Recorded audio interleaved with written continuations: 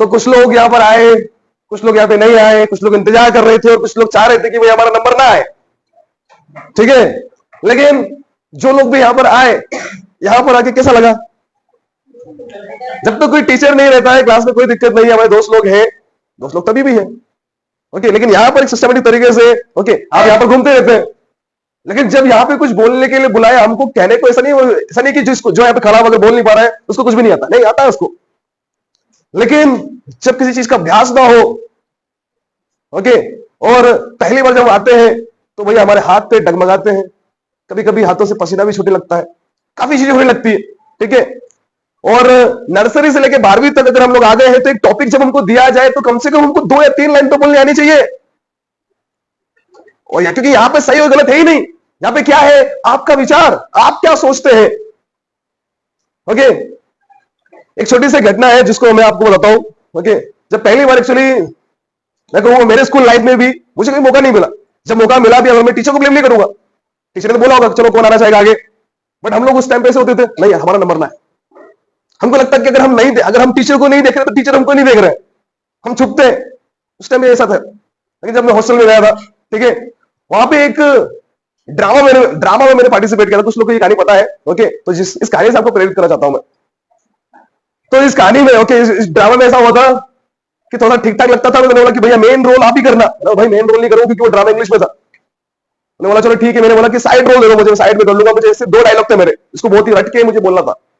और इस डायलॉग को भी मैंने इस तरीके से याद किया था, अगर ये व्यक्ति यस बोलेगा तो मुझे मेरा डायलॉग बोलना है, I will come to your home. Yes, उसने बोला yes yes I will come to your home. बहुत अच्छी प्रैक्टिस हुई, कम से कम 4-5 दिन तक।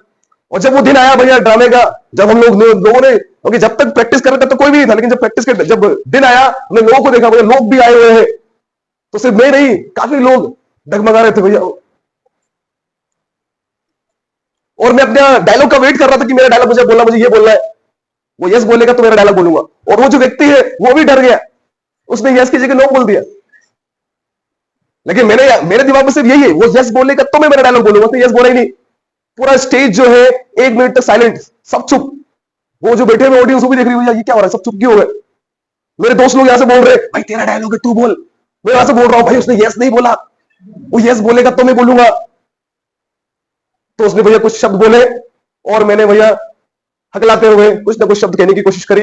उसके बाद में काफी लोगों ने हंसा, ओके, और काफी दोस्तों लोगों ने बोला भैया तेरे वजह से ड्रामा खराब हो गया।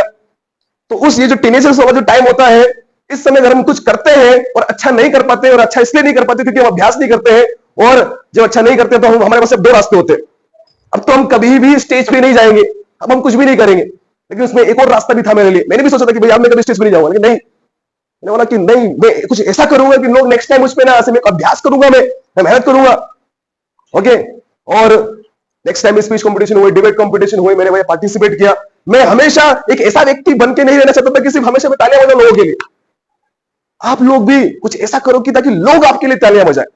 उसके लिए मेहनत चाहिए रहेगी, कॉन्फिडेंस। और सबसे इंपॉर्टेंट बात जानते क्या? दूसरे लोग चाहे हंसे या आपके बारे में कुछ भी बोले, उससे कोई लेना देना नहीं, क्योंकि वो हमेशा दूसरे लोग ही रहेंगे। सबसे पहला व्यक्ति आपको पसंद करने वाला वो आप खुद हो। जब तक कि आप अपने आप को पसंद ना कर लो तब तक कुछ नहीं होना। और अपने आप को पसंद करने के लिए मिरर आपके सामने है।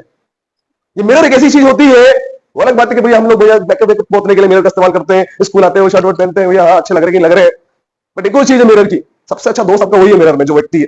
अगर आप रोते हैं तो वो रोता है, अगर आप हंसते हैं तो वो हंसता है। वो आपका कभी मजाक नहीं उड़ाएगा क्योंकि आपका सच्चा मित्र वही है। और एक और चीज, अगर आप एग्जाम में सीटिंग करके भले से 100 में से 100 नंबर भी लेके आ जाओ, बोलो मम्मी को, बोलो टीचर को, बोलो मम्मी पापा टीचर अच्छा फर्स्ट डिवीजन से पास हुआ, बोले तारीफ करेंगे, वाह यार वेरी गुड, शाबाश बेटा, अरे वाह यार मिठाई खा ले, ठूस ले मुंह में। लेकिन अंदर ही अंदर आपको पता है मैं तो उस दिन चीट लेके गया था, मैं तो चीटिंग करी थी। तो इसका मतलब यह है कि आप किसी और से झूठ बोल सकते हो, लेकिन अपने आप से कभी झूठ नहीं बोलोगे। इसका मतलब आपको अपने आप से दोस्ती करनी पड़ेगी। और जब कभी भी कुछ टॉपिक हो, अपने आप मिरर के सामने बोल के प्रैक्टिस करने की कोशिश करो। कॉन्फिडेंस बिल्डअप आपका बिल्डअप होना चाहिए, क्योंकि जिंदगी आपकी है, ठीक है। हम हमेशा क्या बोलेंगे कि स्कूल में मौका नहीं मिला, लेकिन स्कूल में मौके मिलेंगे, मौका मिल रहा है, तो प्लीज मौके का फायदा उठाओ, इंप्रूवमेंट करो, ठीक है। और लैक ऑफ कॉन्फिडेंस को दूर करने के लिए आप अपने आप से दोस्ती करो। क्योंकि जो व्यक्ति, वापस बोल रहा हूं, जो व्यक्ति आपके ऊपर हंस रहा है वो तो भैया दुश्मन नहीं है आपको, क्योंकि वो आपको आगे नहीं बढ़ने देना चाहता है। ठीक है, बस इतना ही है। आप लोग एक बार आपके लिए क्लैप कर दो।